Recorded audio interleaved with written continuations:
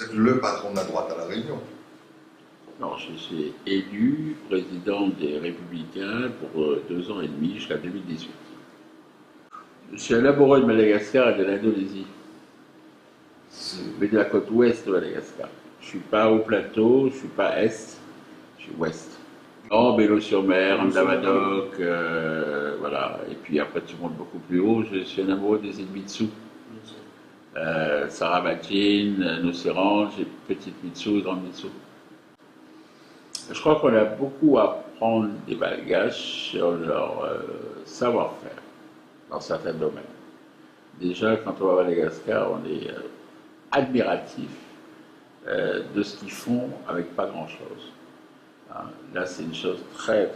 Quand on voit ici, bon, je suis très branché, entre guillemets, environnement, ressourcerie. Quand on voit ce que les Malgaches peuvent faire, par exemple, des, des lamelles qu'il y a sur les camions, transformer ça en saguet, en récipient, en marmite, quand on voit la façon dont se préparent les voitures, je crois que véritablement le malgache est quelqu'un qui apprend sur le tas et qui apprend très vite et qui arrive de ses mains à faire des choses magnifiques. Le gros problème de Madagascar, c'est le problème de la stabilité politique. Le deuxième problème de Madagascar, c'est le fait qu'il y a beaucoup d'ethnies et malheureusement certaines ethnies où il y a des problèmes ancestraux. Par exemple entre les Mernes et les Sakalaves, hein, quand on connaît un peu l'histoire de Madagascar. Et c'est vrai qu'il y a besoin que les ethnies oublient ce qui a pu se passer, travaillent ensemble, et surtout que les richesses de Madagascar restent à Madagascar et qu'on développe Madagascar avec ses propres richesses. Là, c'est un souci.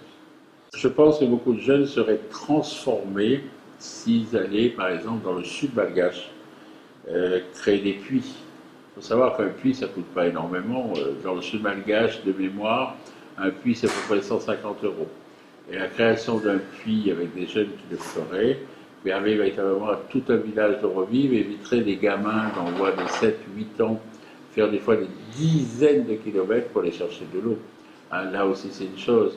Après aussi, je pense que dans le domaine humanitaire, il y a énormément de choses à faire et surtout de voir comment les gens vivent véritablement dans certaines bourgades malgaches, comment la vie est extrêmement dure et on ne pense pas au lendemain, on pense au quotidien. Là aussi, c'est important. Et je pense que ça transformerait véritablement certains jeunes qui aujourd'hui n'ont que la main tendue et attendent que ça tombe, plutôt que les autres, eh ben, ils essaient d'aller à la pêche pour pouvoir avoir du poisson et pouvoir nourrir leur famille. Je crois que Madagascar est un pays indépendant, qui est fier de son indépendance. Il n'y a qu'à voir aussi l'importance donnée au fait de l'indépendance de Madagascar, la fierté des Malgaches vis-à-vis véritablement de leur drapeau. On l'a vu véritablement au jeu des îles. Alors, on a vu aussi l'engagement des athlètes malgaches dans toutes les compétitions internationales. Le nombre je suis un peu fouteux, de footballeurs malgaches qui évoluent en Europe et ici à La Réunion et dans les dom-toms. Je crois que c'est un pays indépendant, c'est un pays qui mérite notre respect et nous ne devons pas nous rentrer véritablement dans la politique malgache. Ce que nous pouvons souhaiter, effectivement, c'est que Madagascar retrouve une stabilité politique et je suis persuadé que l'économie va suivre.